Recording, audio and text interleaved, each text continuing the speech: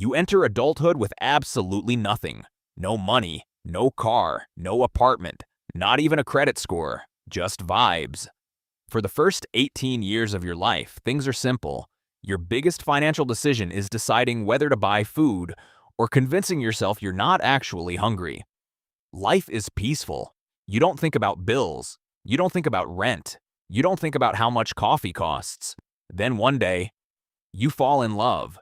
And suddenly your financial situation becomes a very serious problem because relationships are great, but relationships also come with expenses, dates, dinner, movies, birthdays, anniversaries, random surprise gifts that you didn't even know were expected. And while all of that is happening, you check your bank account. $14.63. That's it. That's your entire financial empire. Congratulations. You are now officially a broke boyfriend. At first, you try to stay positive. You tell yourself money doesn't matter. Love is about connection. Love is about spending time together, which sounds great, until you realize spending time together almost always costs money. Coffee dates, movie tickets, parking, gas, dinner. Suddenly, every date feels like a financial boss battle, and this is when you begin learning the ancient survival techniques of the broke boyfriend. Step 1. Suggest free activities. Walks in the park, watching the sunset, exploring random neighborhoods. Let's just walk around downtown. It sounds romantic, but deep down, both of you know the truth. Those activities are free, and that's exactly why you suggested them. Step 2. Study restaurant menus before entering the building. You don't casually glance at them, you analyze them. You memorize the cheapest item like you're preparing for an exam, because nothing is more terrifying than sitting down, opening the menu, and realizing the cheapest thing costs $27. At that moment, your brain enters survival mode. You suddenly say things like, actually, I'm not that hungry. This is one of the most powerful survival techniques a broke boyfriend can learn. The classic I'm not hungry strategy. You let her order what she wants, then you order something small, or nothing, and pretend you're completely satisfied. Another popular strategy is the shared dessert technique. Instead of suggesting dinner, you casually say, hey, let's just grab dessert somewhere. Dessert is cheaper, less suspicious, and technically still counts as a date.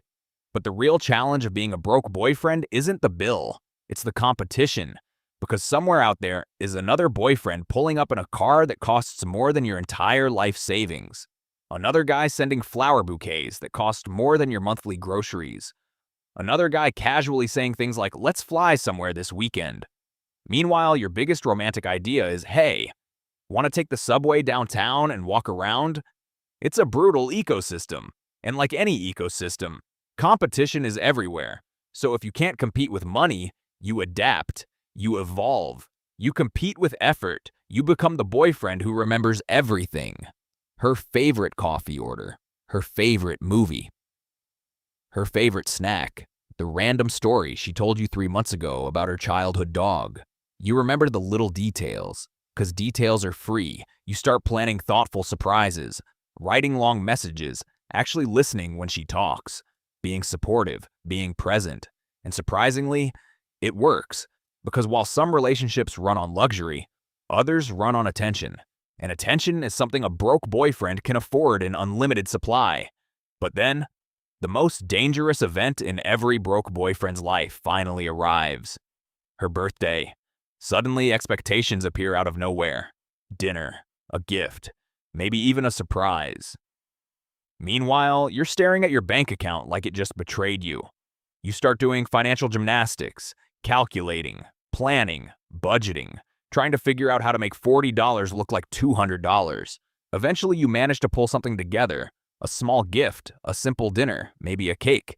And honestly, she probably loves it, but the stress almost kills you. And just when you think you figured things out, life levels up again. Because now you're not just competing with other boyfriends, you're competing with successful adults. Friends start getting promotions, people start buying cars, moving into apartments, posting vacation photos from places you've never even heard of. And suddenly the pressure changes. Now it's not just about paying for dates. Now people start asking questions like, so what's your plan for the future? What are you doing with your career? Those questions hit differently when your bank account still looks nervous, because being the broke boyfriend used to feel funny. Now it feels like something you need to fix. So you start working harder. Longer hours, more responsibility, maybe a side hustle, maybe 2 jobs. Slowly, things begin to change. Your bank account stops looking like an emergency situation. You can afford nicer restaurants, better gifts, maybe even a car that doesn't sound like it's struggling to stay alive. Eventually, you're not the broke boyfriend anymore. You've evolved. You're financially stable, responsible, put together. But here's the strange thing. Sometimes you look back at those early days, the cheap coffee dates, the long walks, the awkward budgeting, splitting fries because that's all you could afford, and you realize something unexpected. Those moments felt real.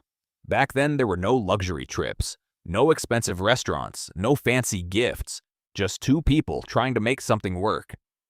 And in a weird way, those moments might have been the most honest part of the entire relationship, because when you're broke, you can't rely on money. You can't rely on status.